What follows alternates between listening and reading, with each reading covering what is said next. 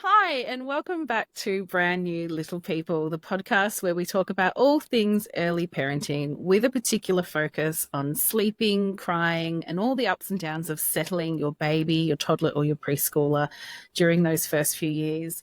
I'm your host, Dr. Fallon Cook, and I'm here with my co host, Dr. Laura Conway. How are you, Laura?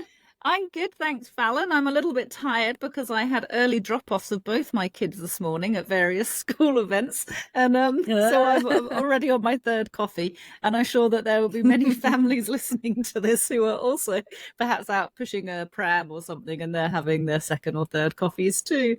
How about you? How's Yes. your morning been? Yeah, good. Busy getting kids off to school, and they're excited though that it's lunch order day today, so it's a good day for them. They were pretty happy to get up and out and about. Ah, Gotta yeah, love the lunch orders. definitely. So good. Yeah, absolutely. And we have some exciting news too, don't we? Because we had a bit of a look at the podcast charts during the week, and you guys, the listeners are really helping get us up there in the charts. We peaked at number 12 in the parenting podcast charts, which was really, really exciting. Yeah, we're so delighted. Fallon and I keep an eye on how many downloads we've had each week. Probably me more so than Fallon. I'm a bit more of the number nerd, a You data nerd. certainly are. And when I look and see how many people have listened, I'm just so delighted when I see those numbers ticking up. And I know that we're meeting a need, aren't we, Fallon? Which is great, and we get so many lovely Yeah. emails from those of you listening, letting us know that you're finding it helpful, that we're keeping you company on maternity leave or in the Yeah. transition back to work, and it feels really nice. It's great to have created this community. Yeah, it feels great, doesn't it? It's really lovely. And I wish we had time to read out all of those emails. Unfortunately, we don't, but thank you so much to those who send them in. And if you're Mm, loving listening in, please do drop us a review. It really, really helps. It helps more yeah. parents become aware that we're here. And it means more parents can tune in and get some tips on how to manage, that early parenting phase. Mm, One of the things that I think we see time and time again, definitely in our clinical work, Laura, but it's also been a pretty common theme in the podcast too, is that so many parents report that they're really struggling with the idea of moving their baby or their toddler into a cot. mm, And I see this so much. Parents who are terrified to do it. yes. They've really frightened of their child's big emotions, and they'll say Mm, things to us like, "But you don't know how loud they scream and how full on it is, and mm, it frightens me, and I feel so overwhelmed by it." mm, So in the clinic, we're often a little bit pressed for time, but we do try and talk to parents about, okay, why are we feeling like this? How can we best manage your experience? Because often children do get quite upset when we go to change where they fall asleep. mm, And we always want to be giving them lots of support. It's a huge change for your baby or toddler. mhm, We really recognize that if they've been falling asleep in your arms or during feeds and you're trying to help them adjust to falling asleep in a cot, mm, I mean, that's just such a huge change. yeah. And sometimes, no matter how much support we give them, they're cranky. Yeah.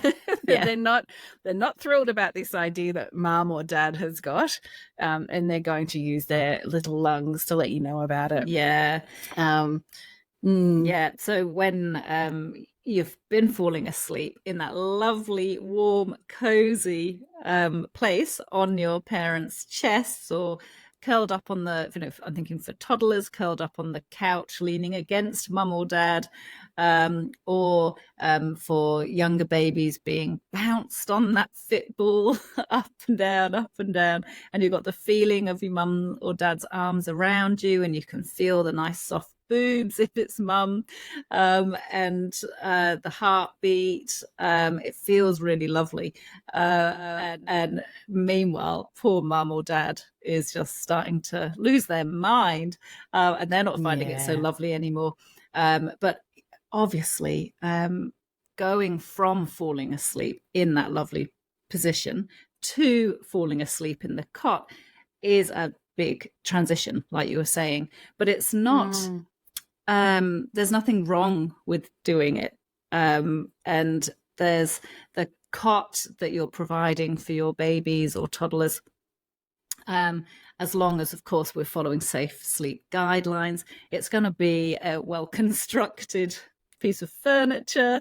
It's going to have a nice, safe mattress. It's going to have nicely decorated and nice feeling linen in there, beautiful sleep suit.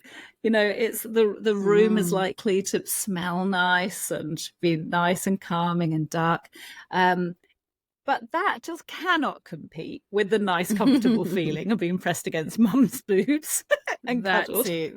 Yeah. Yeah, it's just a very different experience, and it's one that they really need some support to adjust to. And I think as well, of course, listeners, keep in mind that really little babies, they need to be held. And we're not suggesting that the moment your baby's born, you have to be putting them in their cot. Cuddle them, let them have those contact naps. It's perfectly fine during those first few months. In today's episode, we're going to be talking more about the older babies, where parents are getting to that point of utter exhaustion because they're having to hold their babies to fall asleep or having to feed them to fall asleep. And that's resulting in heaps of night waking, very sore backs as babies get really heavy. Or, in the case of a lot of families we see, they're actually toddlers. So they're weighing quite a lot. They could be getting up close to, 20 kilos sometimes. And it's just impossible to keep holding and feeding to sleep. Yeah. Yeah, but I would also think too, for those listening who have babies and you're thinking, okay, I'm feeling ready to start to work on my baby falling asleep in their cot, it can feel overwhelming because you might be thinking, I know they're going to be upset about it and, I'm not sure how I'm going to manage it. What I'd also be keeping in mind too is that the bigger they get, the more challenging some of these changes can become. So your baby might be a little bit upset and need some support to adjust. It's easier to do it with a baby than with a big toddler who can climb out of the cot or stand up and, rattle the sides of the cot. And their voices are an awful lot bigger as well. Yes, and they have words. Yeah, they do. They try to explain, what they're wanting. So if it's one of your goals to move your baby to their cot, it's probably as good a time as any to have a think about how you're going to do it. Of course, the Sonbel program has a big focus on lots of strategies and how you're going to cope and how you can support your baby to feel secure as they make that adjustment. But I think today we could talk through some of the things that I know parents love to hear from me and from you, Laura, in clinic that puts their mind at ease and makes them feel like, oh, maybe I actually can do this. Because I think that's it's valuable hearing, how it is possible and hearing about other families who have successfully made that change, who were just as frightened as you're feeling right now. And we even thought this episode could be a good one that we can pop into some of the sleep plans for our families in the clinic who often say, I just want to hear you tell me again. Yes, that's how right. this is okay and how do I do this bit and all of that. And I find that when I say to parents that your job as parents isn't to stop your bigger babies or toddlers from having big emotions. Your job is to support your baby and toddlers through those emotions and to show them that you love them no matter what. You love them before the emotion is expressed. You love them during the emotion being expressed, no matter how loudly and violently that it might be being expressed. I'm thinking of some bigger toddlers in that instance. And then you're also going to love them the same way once it's passed. And I find that parents really think that is quite helpful, that it's not our job as parents is not to stop all of these obstacles and to ensure that our babies and toddlers are just 100% content all of the time, because that's just simply not possible. Absolutely. We want to raise children who are resilient and who know that if I do have a really big, overwhelming feeling, my parents will support me through it. They might not be able to remove the obstacle or the thing that's causing me to feel those things, but they will love me through that emotion. And after that emotion, as you say, Laura, and that is really, it's a core kind of component of strong attachment between babies and their parents, is your baby knowing that if I feel something big, my parent is there for me. they'll support me through that moment. Because a lot of parents do say to us, but is this going to harm attachment if I put my baby down in their cot and they're really hating it? What if it really impacts our relationship? And I think, well, if you're going to be there with them, you are supporting them, you're giving them frequent cuddles, your hands are on them, you're literally keeping your hands on them. You might be humming to them, you might be shushing to them, but you're present there with them, giving constant support. Then no, you're not doing any harm to that attachment. No. In fact, I would say the opposite is true. You're showing your baby that you are there for them. No matter what they're feeling, you're there, and you're there to support them, which is a really powerful thing.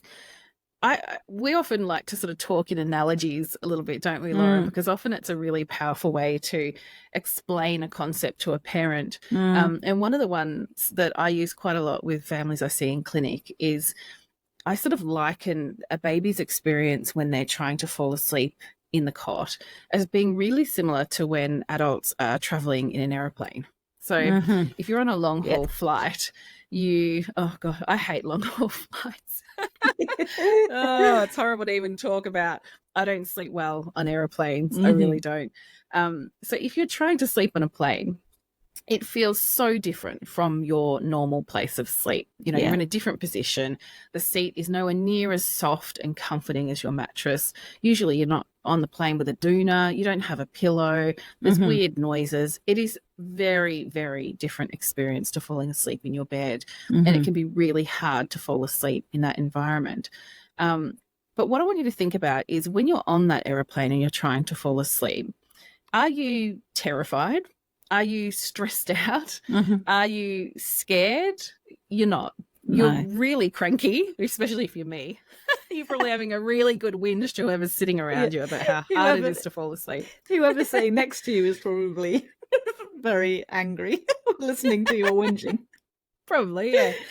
But that's the thing. It's, you're going to feel cranky and frustrated and annoyed because this is a really hard place to fall asleep and you're not used to it. But you're not frightened. You're not worried. You don't think that, everything is terrible and it's never going to be okay again.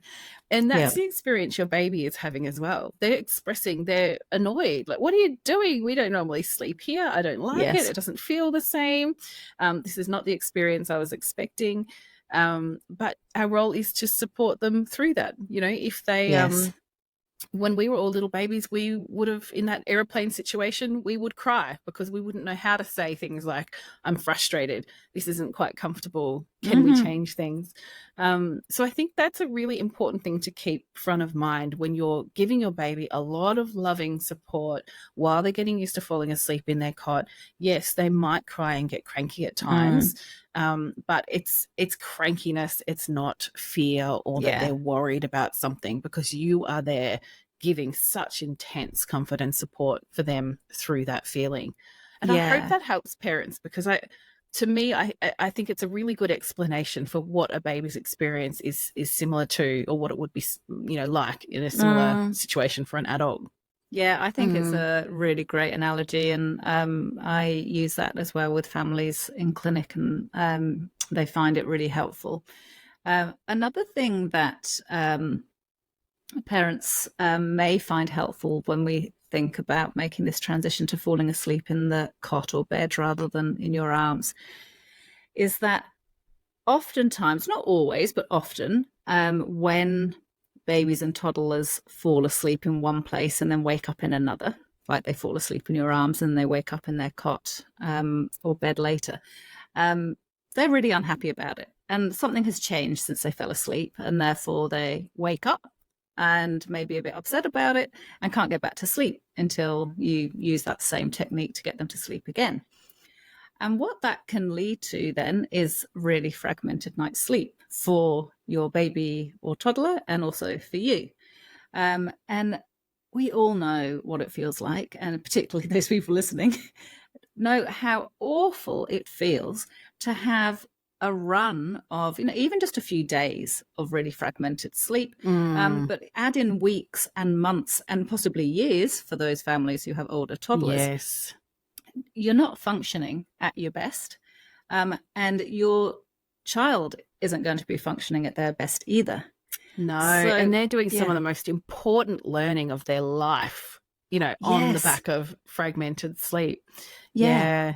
So it's Yeah. really an important parenting role to support your child to be able to have better sleep. And if Mm. the way that they're falling asleep is actually leading to them waking up multiple times a night because they have a strong sleep association with being fed to sleep or bounced to sleep or held to sleep or needing you beside them, then they're not going to be able to get those long stretches of sleep that they need for their development.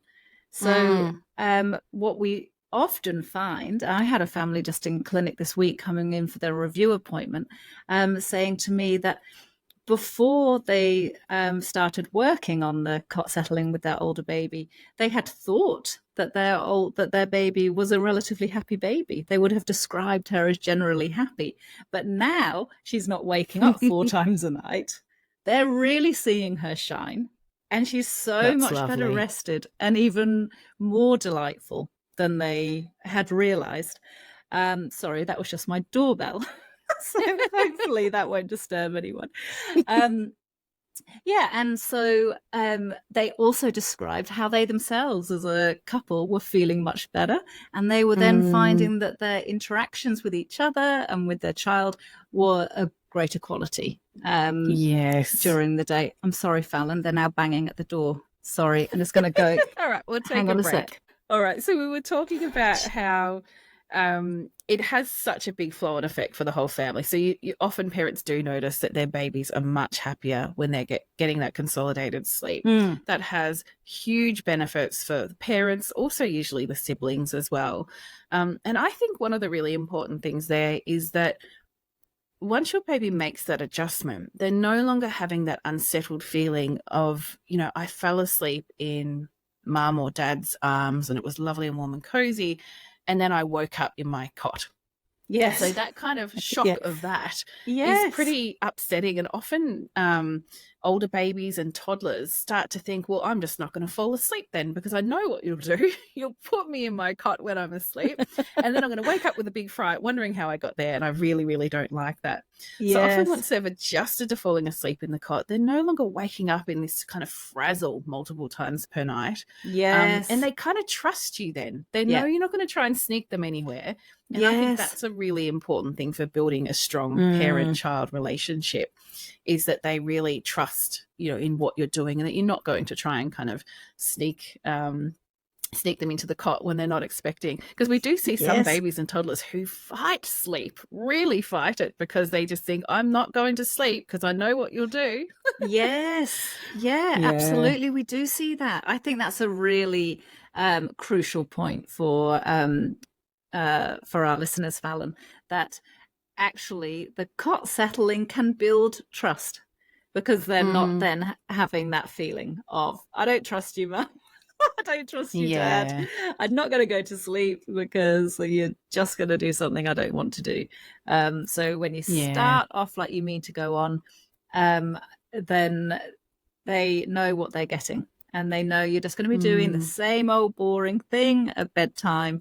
And they're going to be supporting you. And nothing is going to change overnight. Yeah, it's a good way to help them feel a bit more secure and settled. And I think as well, it's interesting we're having this conversation because as we record this, it's actually Safe Sleep Week. So everyone's probably been seeing a lot of really informative posts from Red Nose, who do a lot of work around making sure babies and toddlers are safe in their sleep space. And I think for a lot of families, they are using strategies. They might be, bringing their baby into their bed, or I had a family this week where parents are taking turns sitting in a recliner with their baby sleeping on top of them. And I can understand how they got to that point. They've had a really rough time. And I've seen multiple families like that over the years. That is one of the most dangerous things you can do with a baby, is having them sleep on top of you while you're asleep. So if you're in this position where you think, I know I'm using unsafe sleep practices and I feel terrible about it, but I just don't know how to make that change, your baby is safe in their cot. You can Yeah. give them lots of support, as much support as you want to fall asleep in their cot. They might not like it at first, but it's going to be important for keeping them safe. Yes. And safety comes above everything else. I've worked with families who have lost babies to SIDS. And they come to us with their other children saying, please help us. We can't go through that again. Of course not. It's utterly heartbreaking and devastating. So I would think about working on having your baby sleep in their safe cot as being just as important as buckling their seatbelt when you put them in their car seat. Yeah. You want to reduce risk because nobody wants to lose a baby. Which I know sounds very, very serious, but it does happen to people. And it is serious. Yeah, and they would give anything to turn back the clock and do things differently. So I think do keep that front of mind. If you're in that position, you absolutely can get your baby settling in the cot. And if you need help with that, obviously we can provide support with that too. But I think just start by putting them in there. Give them all the support you want to give them in there. And know that after... Isn't it funny, Laura? We often talk about this. It might be 1 or 2 tricky settles, and then parents go, oh, it's done. We couldn't believe it. We couldn't believe it, how quick it happened. All the time. There was an email I was going to read out today. I know we won't have time in the show, but so many families contact us and say, I was petrified of making this big change. And then the first settle took like maybe 20 minutes, and then every settle after that got quicker. And they often say to me, thank God we gave it a try, because we almost weren't brave enough to try it. But we gave it a shot. It wasn't actually as hard as we thought it would be. And now here we are with a baby who is sleeping better. Obviously, there are other factors, you need to consider. We are very strongly advocate for looking at baby's individual sleep needs. So if you've tried to settle your baby in the cot and you've really persisted and it was a disaster, I almost would put money on there being a sleep pressure problem that hasn't been addressed. So if you are facing really big hurdles, be sure to work through the SOMBEL chapter on unique sleep needs and really work to what your baby's unique sleep needs are. If they're averaging 11 hours of sleep per 24 hours, that's the amount of opportunity you're going to give them to sleep per 24 hours. That will also feel a little bit scary at first, but it really helps when you do go to work on cot settling. So if you need support with that, check out that SOMBEL chapter and work through it really closely, because it often makes a really huge difference. Yeah, definitely. And once you've got the sleep pressure right, when you then go to pop your baby or toddlers down in their cot or bed and use your chosen settling approach, you'll be amazed at how much easier it is than you think it's going to be. Yes, they may protest. They probably will. Your toddlers will tell you all about it. They won't be happy. But when you stay really calm and confident and know that you're doing the right thing for your family and your baby and toddler, that can really help you stay the distance, stay calm and consistent, know that that's building your baby or toddler's trust in you, and you're going to get through it, and you'll be like many of the families that email us and who we see in clinic telling us these great turnaround stories, these transformations that they say is life-changing for everybody. So be brave. Choose your approach and have a little mantra in your head if you need to. My baby is safe, warm and loved, and I'm doing the right thing. And before you know it, things are going to be much better for you. Absolutely. And what a brilliant parenting skill you're going to have in your toolkit for all the many, many times during toddlerhood, preschool, probably even teenage years as well, where you're going to be confronted by big emotions in your child, and you're going to know how to support them through that. You're going to be there with them, and they're going to understand that you always are there to support them, because sometimes those obstacles can't be removed, and all we can do as parents is just be there for them. So yeah, you're really practicing an important skill. All right, well, shall we move towards some parent questions? We've got a whole bunch this week, and I reckon we can probably whiz through some of these pretty quickly. Do you want to start by reading out Kelly's question, Laura? Yeah, sure. So Kelly wrote in to ask about her 15-month-old. He has a 13-hour sleep need, and he self-settles for his nap and at bedtime. 2 months ago, though, he started waking every single night, sometimes briefly, but other times for up to 2 hours. He stands up, refuses to lay down, but eventually puts himself back to sleep again. He naps for 2 hours each day. Kelly is desperate for some advice on how to resolve this night waking. What do you reckon, Fallon? Yeah, it sounds tricky.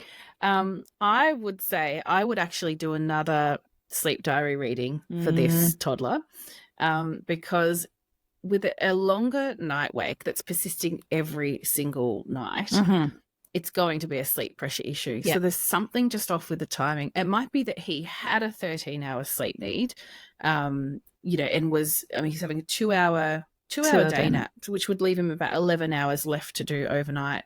That might have worked for a time, but if you looked at his diary now and you add in the fact that he's awake for a long period overnight, it might be that total sleep duration is actually lower. It definitely sounds like a sleep pressure problem or a timing problem. So get that reading. Maybe now he needs, say, 12 hours of sleep per 24 hours. So that might mean you cap his total day sleep maybe at an hour, and then you give him a 10-hour, an 11-hour window still overnight, to add up to that kind of 12-hour sleep need. So Kelly, take a look at the sleep diary. There's something a little bit off there. You might just need to have a bit of a tinker. Yeah. Yep. So given that he can self-settle, it's not a settling issue. Yeah, that's exactly right. The fact that he can self-settle, and overnight, you're going into him and you're trying to help him get back to sleep and he's just not, that really tells us it's purely a timing difficulty, because he's got those self-settling skills, but he just can't use them during those wake-ups during the night. Yeah. Hang in there, Kelly. I think once you figure out that timing issue, it should all start to come together. We also had Loretta, who wrote in to ask about her 2.5-year-old. Loretta says she used to self-settle very quickly at bedtime, but in the last 4 months, she started to take a long time to fall asleep, sometimes up to 2 hours. And Loretta says they have to sit on a chair in her room until she's asleep. Lately, they've started to come and go from her room before she falls asleep, and she is tolerating that, which is fantastic. Loretta says she doesn't nap at all anymore, but she does sneak in the occasional power nap in the car. She goes to bed at 7:30 p.m. and then wakes at around 7 a.m. in the morning. She's recently started to wake 1 or 2 times overnight, which is a new thing, and she's quite upset. They find they have to calm her and wait in her room for her to fall back asleep again. So Loretta is pretty tired and would really like some tips on what to do. What are your first thoughts on this case, Laura? My first thoughts are to complete the sleep diary, but I'm suspecting that if she's going to bed at 7:30, but it's sometimes taking up to 2 hours to go to sleep, that 7:30 bedtime is probably a bit too early with that 7 a.m. wake up. So it may be that, it looks that would be you're aiming for about 11 and a half hours overnight. It might be that your daughter actually only needs 10 and a half hours maybe, or even just 11 hours, because it's not every night she's taking up to 2 hours. It's just some nights it's up to 2 hours to go to sleep. And give it similar to Kelly's situation with her toddler. Loretta's daughter was able to go to sleep by herself until recently. Probably there's been a recent drop in her sleep needs as she's becoming a bigger toddler. And we just need to adjust bedtime and wake up accordingly. What do you think, I would Fallon? say, well, in cases like this, I often tell parents, just for a week, jot down what time your child actually fell asleep. So even though she's going to bed at 7:30, it sounds like sometimes she's not falling asleep to maybe 8:30. So if you track it over the week and you find that actually the average time at which she falls asleep for the night is 8:30, for example, what you can do is make 8:30 the bedtime. And I know this sounds a little bit nutty, but what you're going to do is you're only going to say goodnight to her right when her circadian rhythm is actually ready for her to go to sleep. And that means that because she's dropping off to sleep quickly, you can practice having your really lovely bedtime routine that ends exactly at that 8:30 bedtime, and that's likely to result in her dropping off to sleep quickly. So really soon she's going to associate I finish the bedtime routine and I go straight to sleep. And Mm. so all the the mucking around that can happen for toddlers at bedtime sometimes, that all stops, and that's no longer part of their habit to have all these Mm. different requests and demands at bedtime. They're learning, we finish the routine and I go straight to sleep, because that sleep pressure is so high and they're so ready Yeah. for it. After a couple of weeks, if she's falling asleep quickly at that new time, start to gradually bring bedtime earlier. Mm. You might do a sort of 15 minutes earlier every 3 or 4 days. If she Mm-hmm. starts to take a long time to fall asleep, dial it back a bit. You might Mm-hmm. have to adjust that bedtime again. But that'd be the quickest way to get faster settling at bedtime. Mm-hmm. And then just gradually inch it forward. Yeah. And I think in terms of the settling, once you have got that bedtime at the point where your daughter, excuse me, is ready to fall asleep, you're going to find it much easier to be able to leave the room and for her to be falling asleep whilst you're outside of her room. And then when that's happening really consistently, it's less likely that she's going to be waking in the night wondering where you are, upset. Because if at the moment sometimes she's falling asleep with you in her room and sometimes you're out of her room, she may just be feeling a little bit discombobulated when she wakes up in the night and you're not there. So with that higher sleep pressure, she may be able to maintain her sleep for longer overnight. And then also, as she's falling asleep while she's out of the room at the start of the night, when she wakes up in the night and comes up into light sleep and sees that you're not there, she's not going to be so upset about it and is more likely to be able to pop herself back into her next sleep cycle. Yeah, I think that's great advice. You're doing a really good job, Loretta. And it sounds like you've used maybe our parental fading steps to reduce your presence in the room. And they are really, really effective. They're very supportive. It really takes it at the pace that a toddler can manage. So if others are listening in and having similar problems, have a bit of it. You can search within Sunbell for parental fading and have a read through those steps, because they are, really good ones. We also had May write in with some questions about her 5-month-old sleep following recent illness. So she says that during his illness, he had some extra day sleep. And following the illness, he seems to be taking even less day sleep than before he got sick. So she's wondering if he will go back to having more day sleep like he used to. She also describes him waking up early and suspects his sleep needs are changing, but worries about how to track his sleep if he's constantly catching new viruses that impact how much sleep he's having. Look, at 5 months, I don't know what you'd say, Laura. I reckon, there's usually a drop in how much sleep they need at that time. So it is possible that he won't go back to having as much sleep as before. Yeah, it may actually just have been a coincidence that the sickness happened at the same time that his sleep needs were dropping.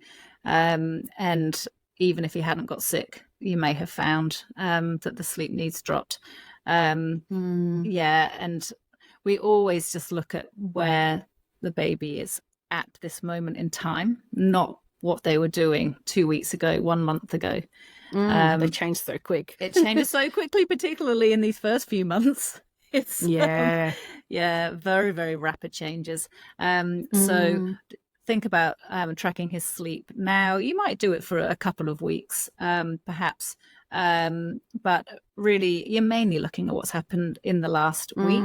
And look, the worst that would happen is that you'd devise a new schedule that is for slightly less sleep than perhaps he ultimately needs.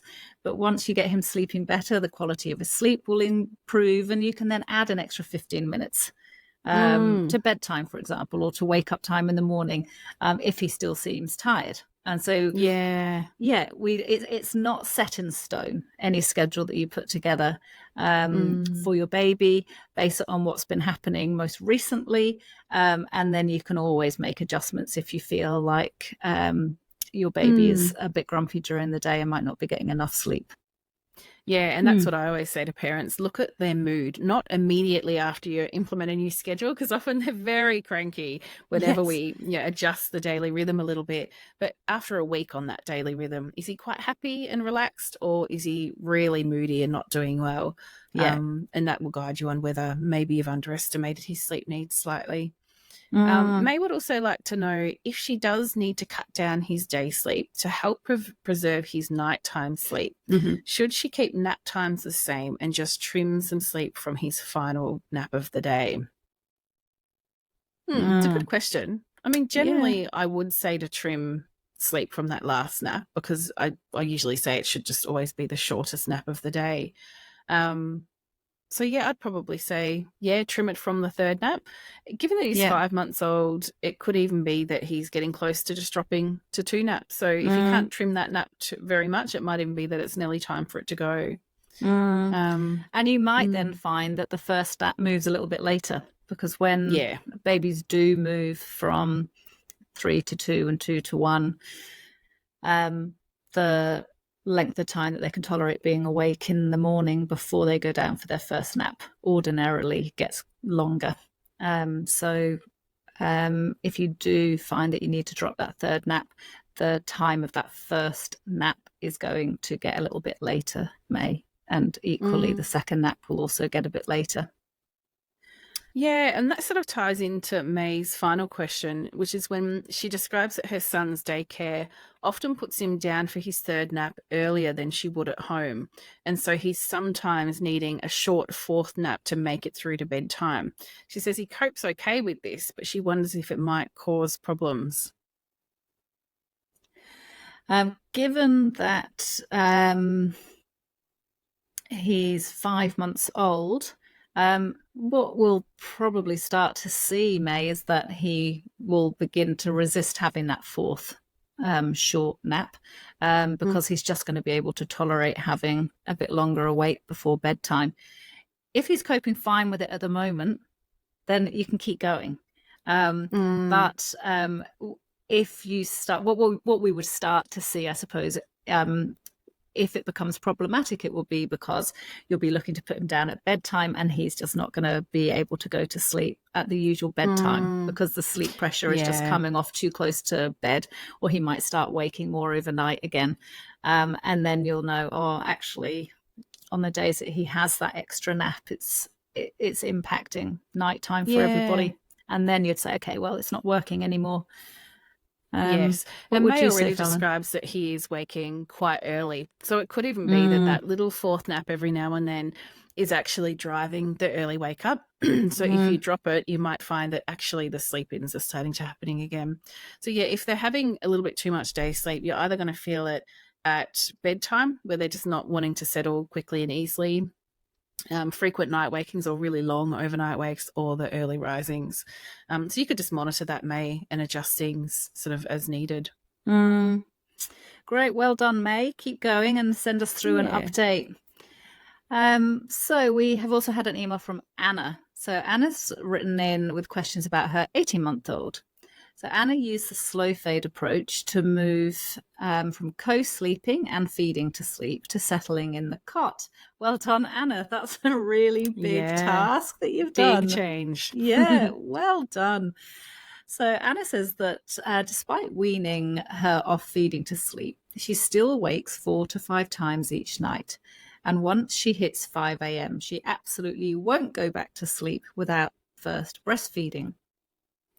Anna says she goes to bed between 6:45 and 7:45, depending on her day sleeps, but wakes around 9 p.m., midnight, 2 a.m., 4 a.m., and then 5 a.m. Oh, Anna, you must be shattered.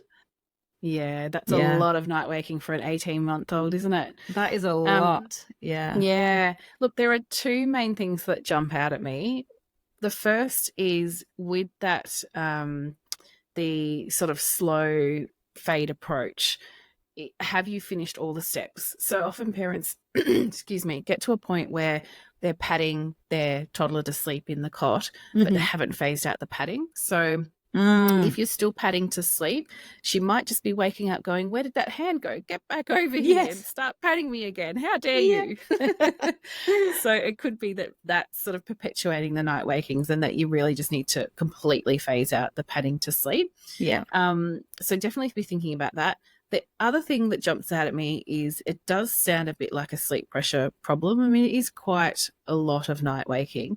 She's no longer expecting feeds overnight until that 5 a.m. one. So Anna, I would definitely, if you haven't already, do your sleep diary, look at how much sleep she's getting on average, and be sure to not include, the night wakes. So you need to subtract any night wakes from that total sleep duration. Yes. And then start to think about how to divvy that up between the day and the night. She's probably having, actually, interestingly, she mentions day sleeps. So that could be a clue. If she's having 2 day naps still, yes, that absolutely by 18 months of age is going to have an effect on her nights. So if she's having 2 naps, cut it down to 1 nap.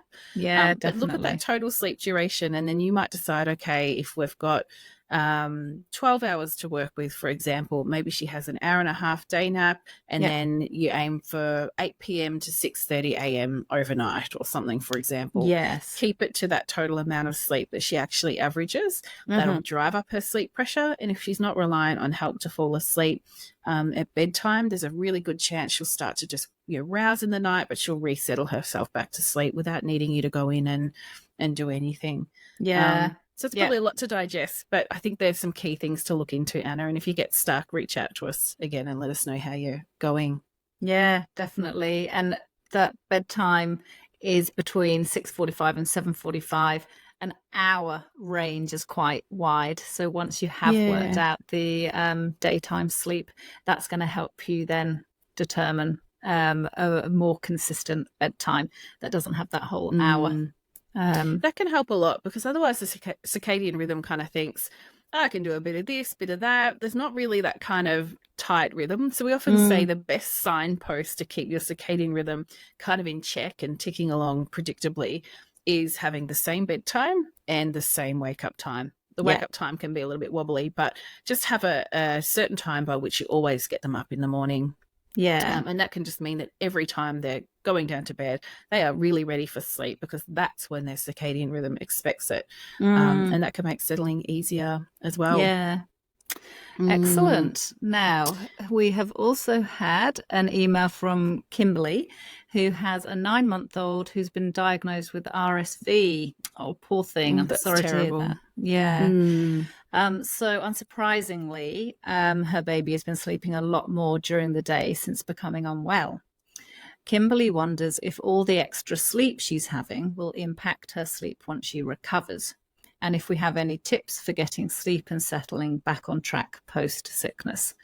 Well, really great questions, Kimberly. First up, I want to say that when your babies and toddlers are unwell, it is important to let them have extra sleep so that their bodies can fight the virus or bacteria that has invaded their little bodies. So absolutely, you're doing the right thing, Kimberly, to let her have much more sleep during the day. When babies and toddlers are unwell with such awful illnesses like RSV, you just want to pause that daily rhythm that you have and let them have as much sleep as necessary. Once they're better, however, we can then think about bringing the timing back in and starting to reduce the amount of day sleep that they're having, going back to the schedule that you had been using before they came unwell. May be helpful depending how long they were unwell with, and I know RSV can be really quite nasty, so it may be worth just redoing a sleep diary once they're better, just to see what their sleep needs are at that point. And then we think about once a baby is better, so once your 9-month-old has recovered, Kimberly, how much extra support were you having to give her to go to sleep and stay asleep while she was unwell? And how can we start to rein that back in to where you were before? And it may be that we go with something really gradual, where you may be, if you'd been having to hold her to sleep because she was very unwell, it may be that you look at simply patting her all the way off to sleep in her cot and then weaning off the patting Or if you previously used the supported accelerated approach, you might think about going back to using that, but staying on shorter intervals if you're feeling a little bit unsure about how she's feeling post her illness. And ordinarily, babies and toddlers bounce back relatively quickly when they have been unwell. And you'll have a really good sense of when she's fully better and when she's going to be ready to start to settle by herself in her cot again. Yeah, and with RSV, it's so important that you're keeping her in a safe sleep space. So I'd be aiming to be putting her down in her cot for that sleep as much as you can, and move. You might set up a spare bed or something really close to her cot in her nursery if she's in the nursery, so that you can still keep an eye on her. You can still reach over and give her comfort. But the safest place during a respiratory illness is really in the cot, in a safe cot. I hope she gets better soon, Kimberly. Sounds really, really tricky.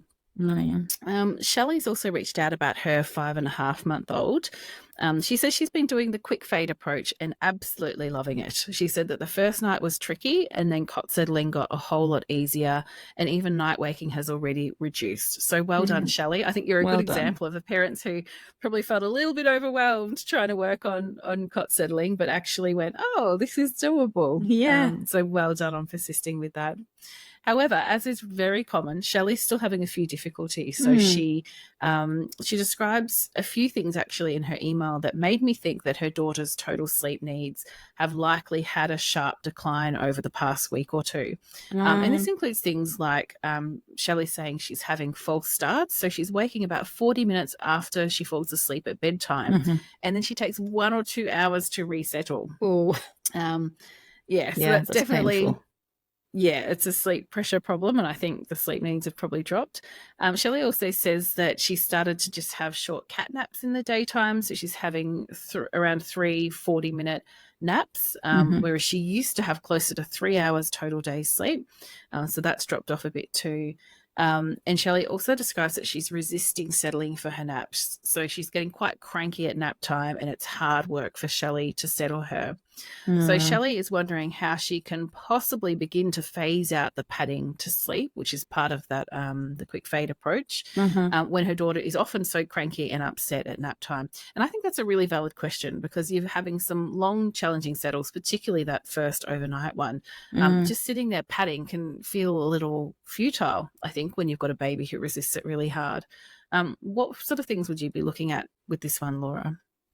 Yeah, I would be thinking about her baby's age, and at 5.5 months, that is often the time where sleep needs can drop, and very close to 6 months, where that's quite a common age for babies to move to having 2 naps, and that might mean that Shelley may benefit from moving to 2 naps a day, which then might end up being longer. When we're at this kind of transition point where babies are just between, they're going from, their sleep needs have dropped, they're on 3 naps. I would actually argue that Shelley's baby is still trying to have 4, because that false start sounds like a last nap of a day, because the baby's then taking an hour or 2 to go back to sleep for the full nighttime sleep. So what we often see is that transition point, particularly for babies that have a slightly lower sleep need than average, is that they are just catnapping, and it feels really hard to get them off that. So when we actually force the issue and say, do you know what, we're going to move it to just the 2 naps, you'll have a few days, Shelley, where your baby may be a little bit cranky as they're having a longer time awake before you pop them down for their first nap. But then what you'll find is that your baby's sleep pressure will be a bit higher when you put them down for the nap. You won't be having to pat them for quite so long to go off to sleep. And then they're more likely to do 2 sleep cycles. And then likewise for the next nap, they may do 2 sleep cycles. And then you're not going to feel quite so ineffective doing lots of pats at your babies cot for a long time and then being really grumpy about it. And you should definitely see that false start disappear reasonably quickly. And like we always say to families, it won't happen straight away. It's not going to happen the first day. It might not happen the third day. Really stick to a new schedule for a full week to see how it works for your child. And I would also say too, I say this a lot, but often when parents get to this point with the quick fade approach, their baby can settle in the cot, it's all gotten a bit easier. And they're thinking, how do I phase this out? So many parents will switch to the supported accelerated approach. So your padding becomes a little bit more intermittent. Because your baby's had a lot of experience falling asleep in their cot. Many parents will find that by padding intermittently instead of constantly, their babies actually fall asleep a bit quicker, because it turns out that padding is starting to just feel, some of them find it a bit irritating, it keeps them awake. And when parents stop it, they're really surprised because their babies actually fall asleep quite quickly. It sounds like you're working through a lot, Shelley, but my goodness, you got off to a wonderful start. You've made fantastic progress. It's just going to be a few little tweaks to really help your baby find their feet and continue with that progress. So well done. All right, that wraps up our parent questions for the week. And I just have a few little things I want to make our listeners aware of. The first is this awesome opportunity. Coming up on April 22nd, we are doing a baby sleep masterclass on behalf of the Parents You've Got This group. So go and look them up on Instagram and give them a follow, because they sort of get lots of experts to talk on lots of different topics, and we do their sleep stuff. We are going to be presenting alongside a couple of representatives from Red Nose Australia. So they'll be talking about safe sleep. We'll be talking about the sort of sleep and settling side of things and how to troubleshoot difficulties.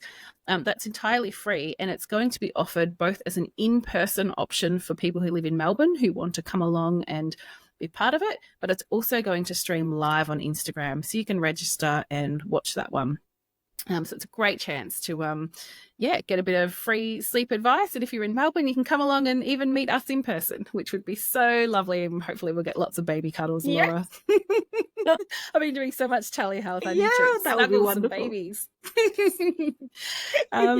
We also wanted to just remind families that if you'd like to submit questions to the podcast, if you can, do it via email, because sometimes we miss messages on Facebook and Instagram and we don't want to leave you hanging. So in the Sombel membership, you can grab our email in there, shoot us through your questions, and as best as you can, try and keep it to a few brief dot points. So have a big think about what it is you really want help with the most, just so that we can maximize the number of parent questions we get to each week, because we want everybody to have their chance to be heard. And like we mentioned earlier, it is Safe Sleep Week whilst we're recording this podcast. And we just want to reiterate, don't take chances with your baby's safety in any way, shape or form. So make sure you are putting them into a safe cot for their sleep, just like you would always fasten their seatbelt in the car. If this is really hard for you, please go to the Red Nose website. They can outline exactly what changes you could make to your baby's sleep environment to ensure they are as safe as possible. And that goes for toddlers and even preschoolers as well. There's heaps of information on there about having things as safe as possible. If you're struggling to have your baby sleep in a safe sleep environment, get support with that. So Sombel can help you. There are lots of strategies that are very, very supportive that help your baby quickly adapt to that environment. It's just so important. And finally, we've had so many lovely, lovely emails from our beautiful listeners. If you love listening to this podcast, we would love to have a review from you. Whether it's in the app that you're listening in on, or, I tell you what we would love is if you've got a second to just turn on your camera, turn the camera on your phone, record a little video review, send it to us. We love it, and we'll post it on our pages. We really, really appreciate our listeners. Yeah, and it does help other people find us. And we know that there's, families are drowning in information and misinformation out there. So we want to be able to light the way to help parents find really sensible evidence-based advice. So if you are able to do a little video review for us, then that's going to be really wonderful music to parents' ears who are trying to trawl through all that misinformation, if they can see reviews from families who have used Sunbell and seen really great changes, that's going to help them get the help that they need as well. Yeah, and it helps our community grow bigger and bigger, and means we can offer more things like free webinars and masterclasses and things like that as well. So yeah, thank you so much to everybody who has listened in, and we hope you all have a wonderful week. If you're heading into the long weekend like we are, we hope you get lots of rest and relaxation and really special times with your family. So take good care, and you'll hear from us again next week. Thanks everyone. Bye-bye.